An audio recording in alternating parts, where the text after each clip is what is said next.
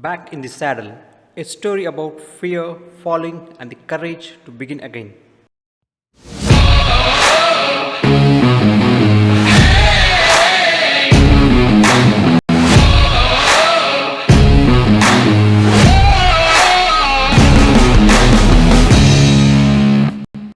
Hi, hello, and welcome everyone to my channel at Profound Insights, a journey of learning, inspiration, and discovery where you can learn, grow, and share. Before we proceed further, please click on the subscribe button as well as the bell icon to get a notification of insight content, and this will encourage me to come up with more such videos. Without further delay, let's jump right in. On the other side of fear is victory. Yes. The day the ground rushed up. I was 12 years old when I first learned how quickly joy can turn into fear. One moment I was high in the saddle, learning the rhythm of trot and canter, feeling powerful, free, almost fearless. The next, my horse bucked without warning, and I was flung into the air, landing hard on the padlocked ground. From below, the world looked very different. The horse loomed over me, nostrils flat, eyes wide, tail swishing, legs impossibly long. The ground felt colder, the air is heavier. What had moments ago been excitement now pulsed through my small body as confusion and fear. The pause between fear and choice. I sat shaking as my instructor ran toward me. He checked my arms, my legs, my spine.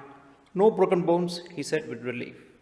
I was handed water, biscuits, time. Just as my breathing slowed and my heart stopped racing, the instructor said the words I dreaded. You need to get back on the horse. I shook my head, then shook it harder. No, not today, not ever. What followed was a quiet battle of wills, my fear rising louder with every protest. His voice steady, calm, unwavering, and somehow, despite myself, I climbed back into the saddle. The horse, utterly unapologetic, stood as if nothing had happened. And to my surprise, the ride was fine, more than fine. I rode on and I kept riding for years after. A fall on a Mumbai platform. Decades later, in a completely different city and life, fear found me again. New to Mumbai, I boarded the wrong local train. Panic surged as I realized my mistake just as the train began to move. Without thinking, I jumped. I landed sprawled on the platform, bag, bottle, dignity flying in separate directions. Strangers rushed to help me up, their concern mixed with mild scolding. As I sat on a bench, collecting my belongings and myself, a memory surfaced. The horse, the fall, the trembling fear. What fear teaches when we listen. I knew what I had to do. I had to get back up and get back on a train. Fear, I realized, has a peculiar truth. It shrinks when we face it directly, especially when we do it quickly before it grows roots and stories and shadows of its own. Avoiding fear offers temporary relief but at a price. Unfaced fears don't disappear, they wait. They expand quietly, stealing confidence, narrowing choices, dimming possibilities. Fear will always exist, but courage lives in our response. The courage of immediate return. Getting back on the horse, getting back on the train. Both moments taught me the same lesson.